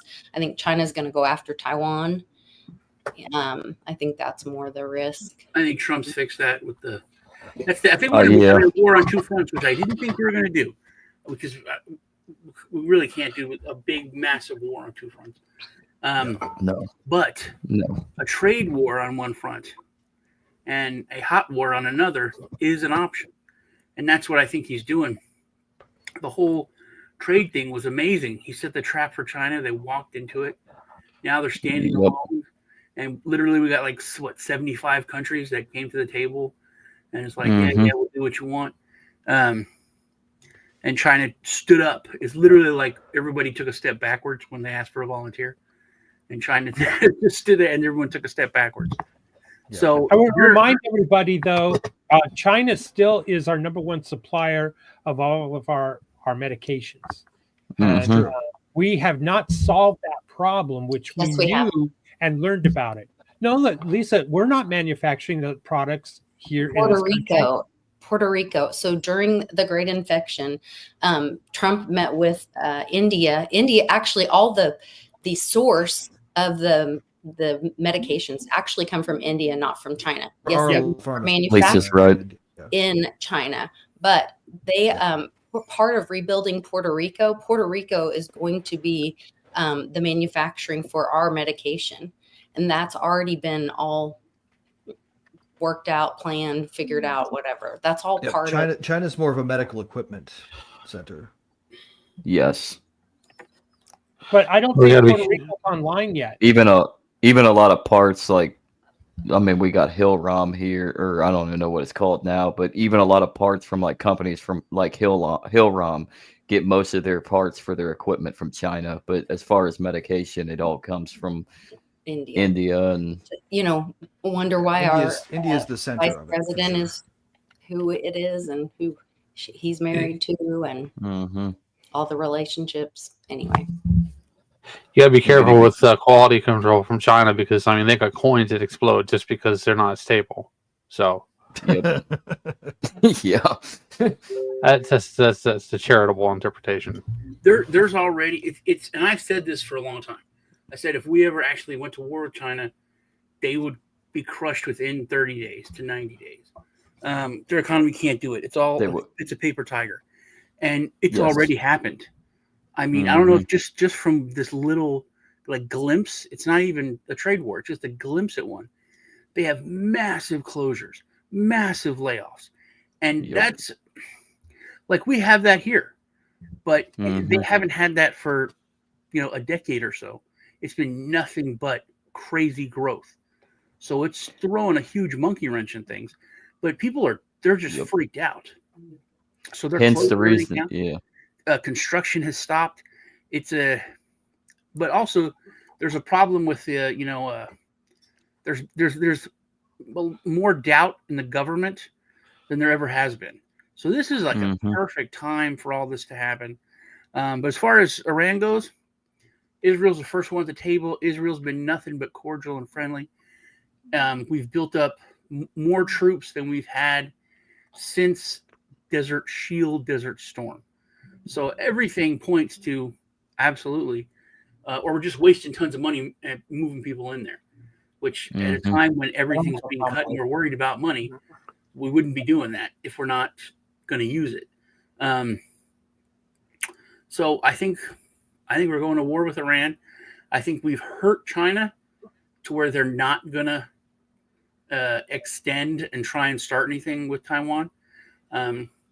Also, you've got Japan, massive cultural shift from being pacifist to a military, military. They've been doing that in the school since like 2012. They've been building their military since the treaty expired, and actually, I think it was around 2012. With literally one goal, it's just China, just to fight China. So I think that area is, and then I think Trump made a mistake with Vietnam. I understand why he did what he did. But Vietnam was literally the third country to come to the table, or fourth, I guess. No, it was not. It was. They came like before Canada, and that could have been like the death blow to China. But they didn't trust Vietnam. They're like, oh, China's just going to use Vietnam to funnel everything through. But I think Vietnam's like the Texas and Florida of the communist Asian community.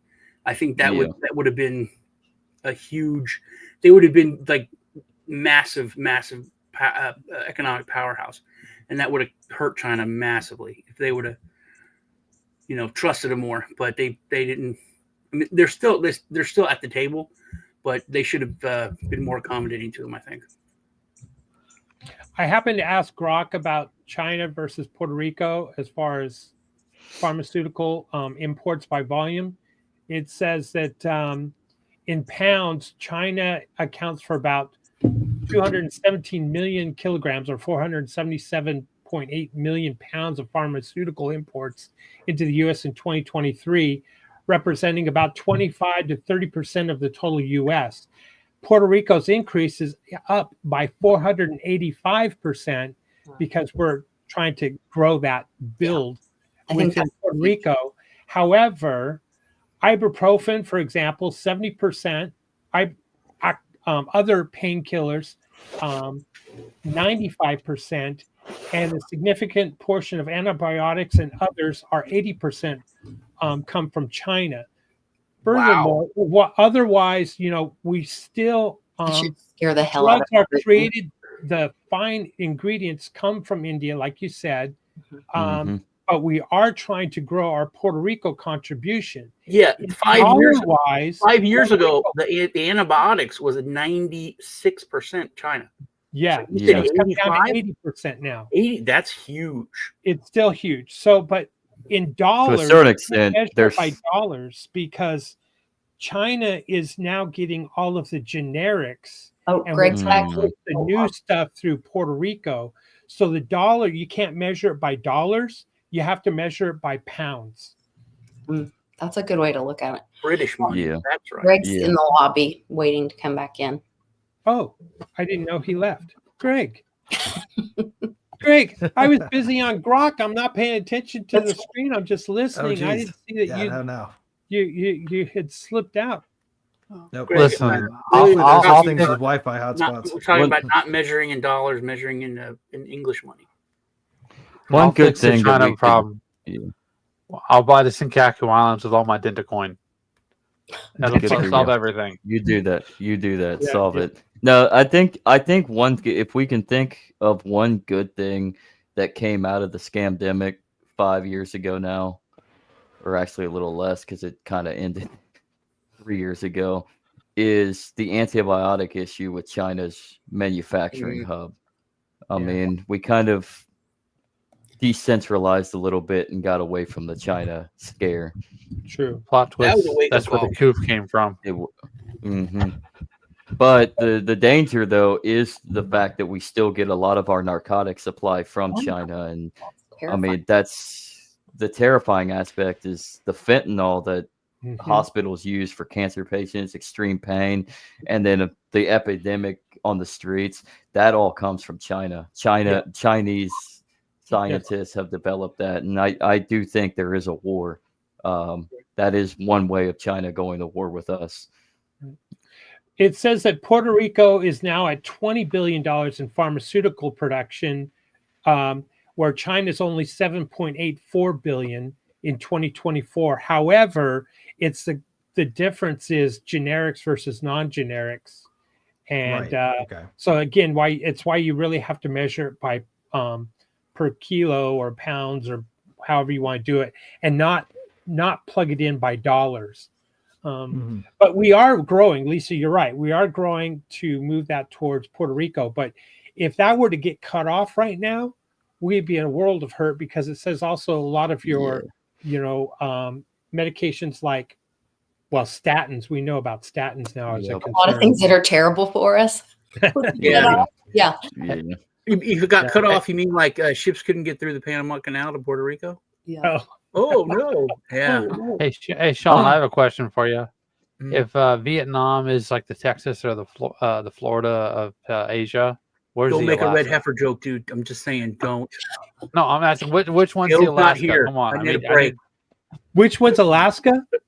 Which one is one's Alaska? the quiet one that no one ever thinks about. Russia. No, in Asia, I would say Tibet. Tibet, Alaska. Yeah.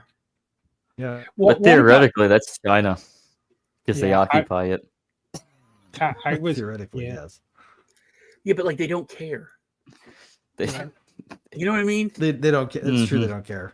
They're okay. They really don't. They cultivate a belief of not caring. Yep. Well,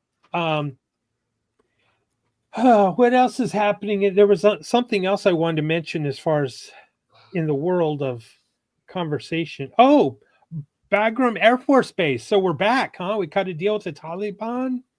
They say we didn't. Jesus. They say absolutely we didn't. No way, Jose. But I think it goes back to Iran. Is that we need their poppy. Yeah, that's a different story. That's a different conversation. But we need, for logistics, we need to have that area. And if we literally do work with the Taliban, then it's for the poppy. We're going hardcore. Oh, we already kind of did. Yeah. Does Trump get Russia to negotiate on our behalf with Iran because they have a deal behind the scenes? No, because we're doing the bidding of Israel. We don't. Yeah. We don't want to negotiate. literally. Yep. Like we're like, oh, because they're not doing anything. They're doing, America, Russia, all the proxy shit. Well, and the purported connections to Iran so we're are now shaky. saying, hey, we're not going to stand for proxy stuff, which is, Well, yeah, but that's not really the stupid thing is that's not really what is happening.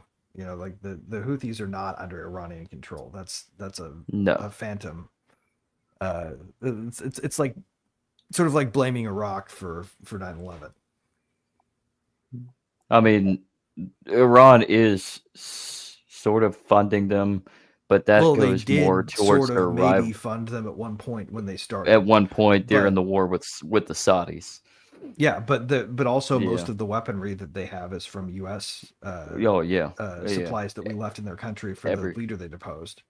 Because the Houthis deposed somebody who we supported, and they got all of that military equipment, similar to the way that the Taliban got all that military equipment when it was still parked there when somebody else took over. And that's how most of the attacks are being done. Like that was mostly us doing it to ourselves.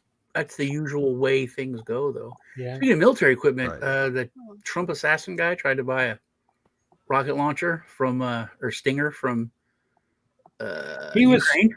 He was so messed up. Yeah. He should have been able to speak. He should have learned Spanish and gone to Mexico. He could have bought it in Mexico. Damn it! They probably have those for the price of a used BMW in Tijuana. Yeah, exactly. I mean, the cartel. That's all that matters. They have that.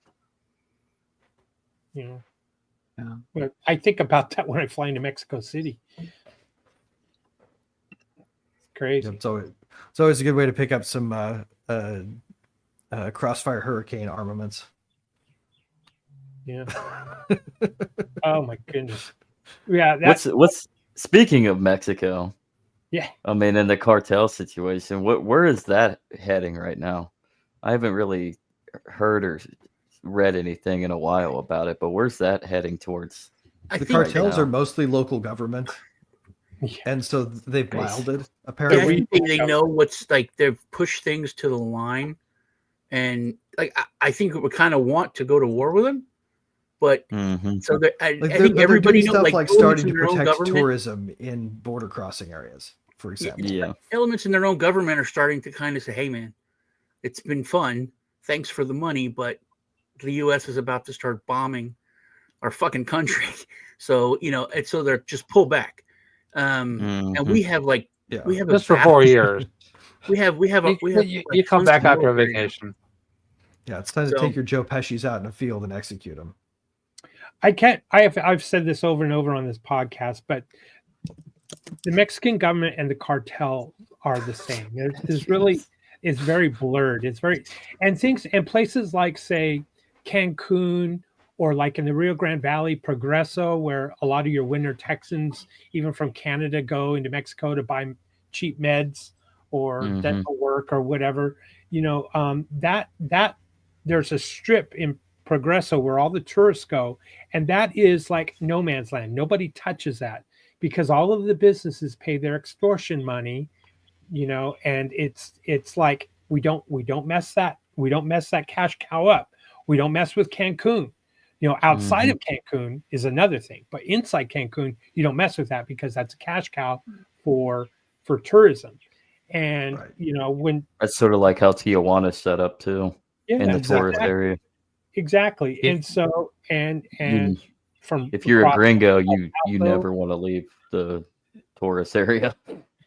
True. Well, you can it can be fun to go there. Make your payments and they won't touch you.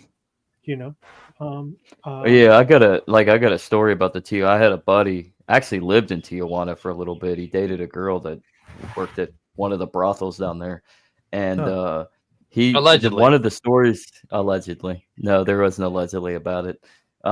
He showed me pictures. But Andrew, stop sharing your pictures with Zach. Yeah, stop showing. It wasn't Andrew, but he told me. He wasn't. He told me actually, like if you go down there, you never have money on you, but you keep it in your sock or somewhere for like the police or the federales to have easy access to it. because it's like a bribe without a bribe. You'll get arrested for bribing them, but if they search you, then they'll find that money and they'll take it and then they'll let you go. Like, get out of here, gringo. We would just bribe them.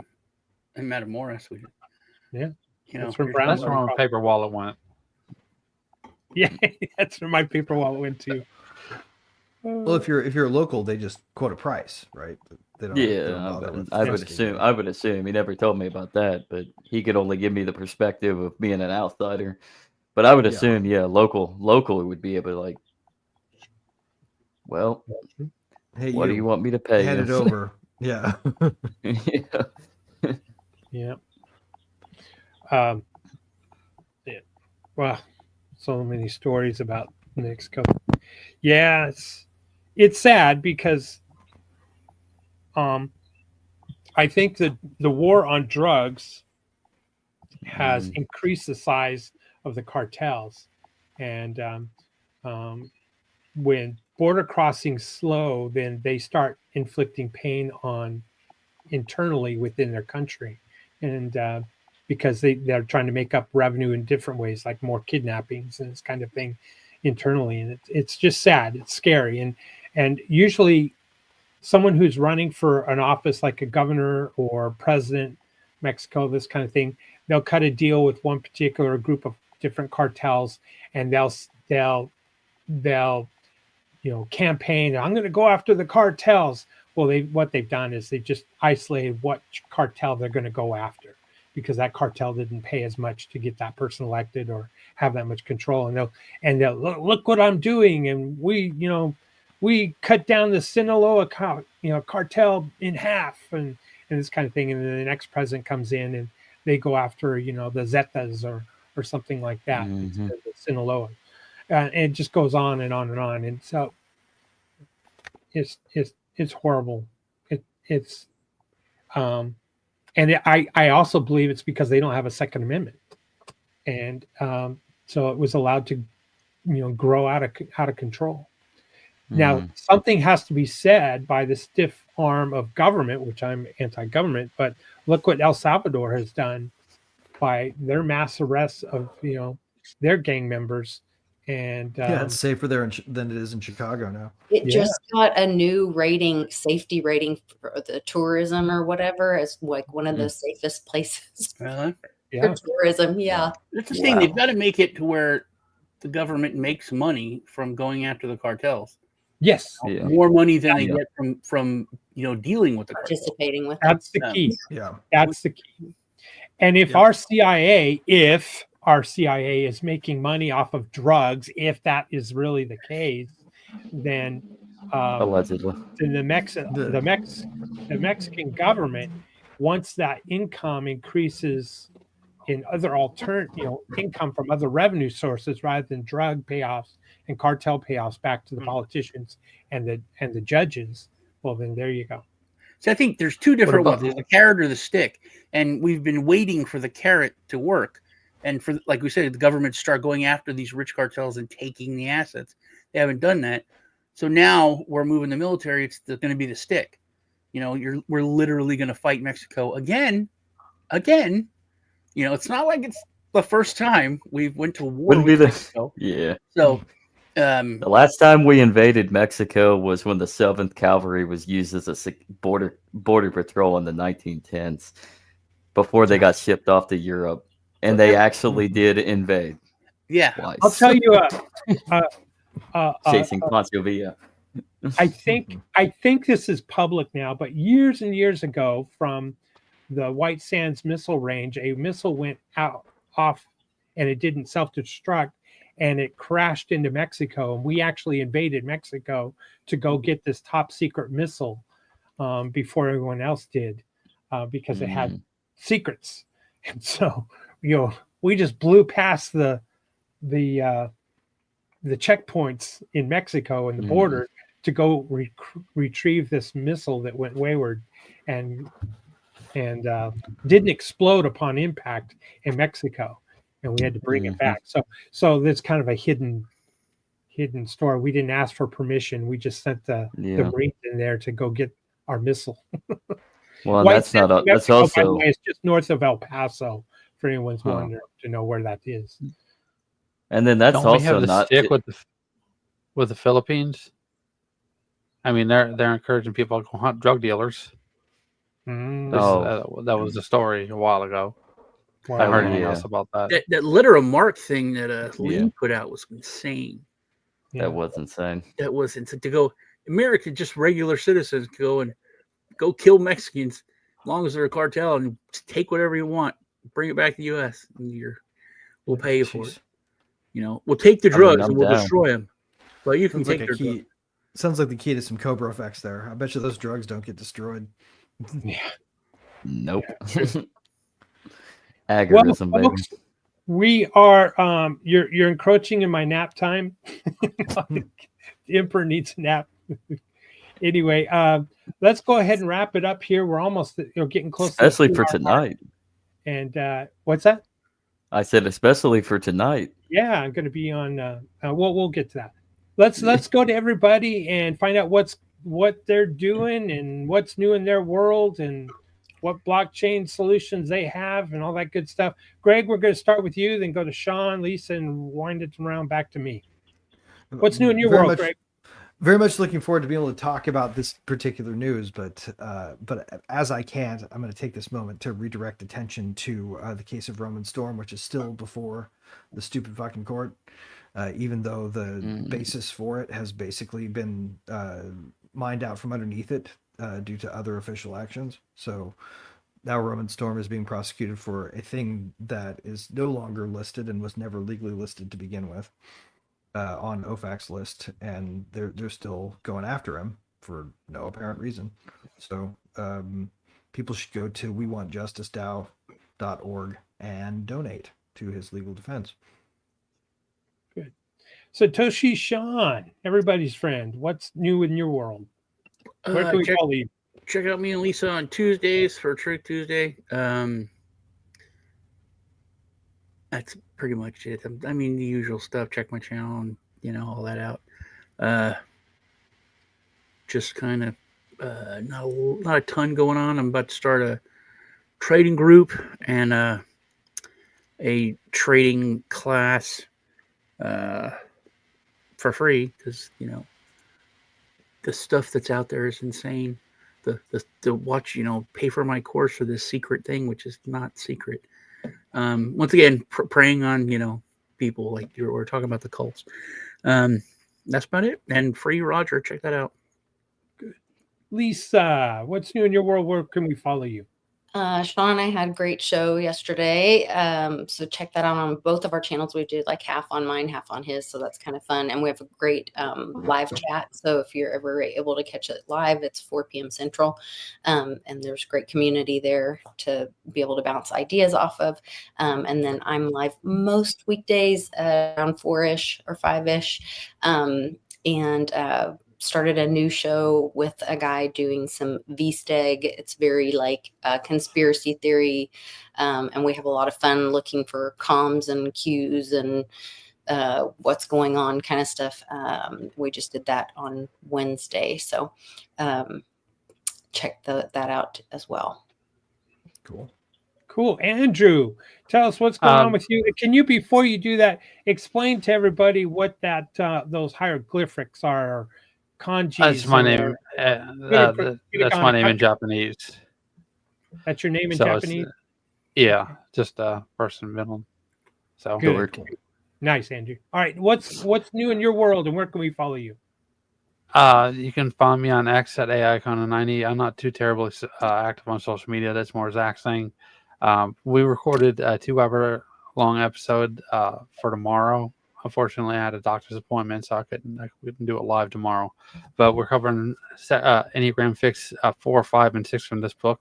It's very informative, just something to entertain. Not everyone reads too much into it, so just give it a shot and see if you think it's interesting. It's really up to you. Nice, cool. Zach. I guess we could skip you because Andrew already mentioned you. No, basically.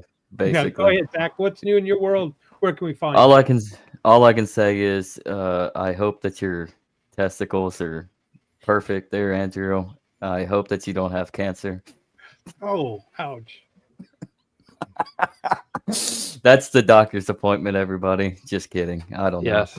know. But yeah, just check out the Legacy Right. We are live, weekly Legacy, tomorrow at 11 a.m. We are not live. We recorded on Monday morning, so we'll actually give you a glimpse on that. We went 2 hours on 4, 5, and 6, so it'll be interesting. So give that a check out. And well, I'll let the Emperor gloat about tonight. I was going to mention that, but thank you.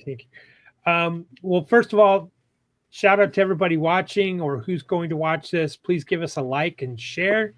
Make sure you post a comment too. It helps the algos wherever you're watching it or listening. And let's see. Well, I am Fram. I'm the Emperor of Din.social, and I'm pleased and honored to have been your host today while Joe hasn't been here today for World Blockchain Roundtable. By the way, next week's show, shall we look and see what next week's show is? Oh, make sure you vote on themes for May. Post a theme for May. Let's see. Next week's show is going to be how a government can use blockchain to manage tariffs. Interesting. Blockchain to manage tariffs. So what's happening in my world? Well, let's see. 2 o'clock today is, in just a couple of hours, is the DinDAO meeting. And I was on Litecoin Lisa's channel this past Monday. Check that out. I offered the idea of taking Doge to the next level at the U.S. government and create the Department of Purge. And so watch that channel to find out what Purge is all about. So, I got to compete with Elon. And tonight I've been invited to be on Not Conscious podcast. And guess what we're going to talk about? IPs, intellectual property. Nice. So that's going to be an interesting show. So join us on Not Conscious. And if you want to bring up the I mean, it's not the link, but if you want to bring up the Rumble link for it, I have it in the comments. Yeah, it's called Death by Whiskey Podcast. That's right, Death by Whiskey. Yeah, they rebranded. Death by Whiskey. Thank you so much, folks, for supporting. Not Conscious, same guys. Same guys, are good guys, and they're in my kind of realm of thinking, agorism and anarchy. Well, anyway. So everyone, thank you very much for watching. Joe, we missed you today, and I certainly missed you. Everyone get your sleep and rest so you don't get angry and mean like I just did today in a few of my comments. My apologies if I've offended anybody. Not. Anyway, without any further ado, let's let someone tell us about Splinter into 1,000 pieces. The very word secrecy is repugnant in a free and open society. And we are as a people, inherently and historically opposed to secret societies, to secret oaths, and secret proceedings. For we are opposed around the world by a monolithic and ruthless conspiracy that relies on covert means for expanding its sphere of influence, on infiltration instead of invasion, on subversion instead of elections, on intimidation instead of free choice, on guerrillas by night instead of armies by day. Its preparations are concealed, not published. Its mistakes are buried, not headlined. Its dissenters are silenced, not praised. No expenditure is questioned, no rumor is printed, no secret is revealed.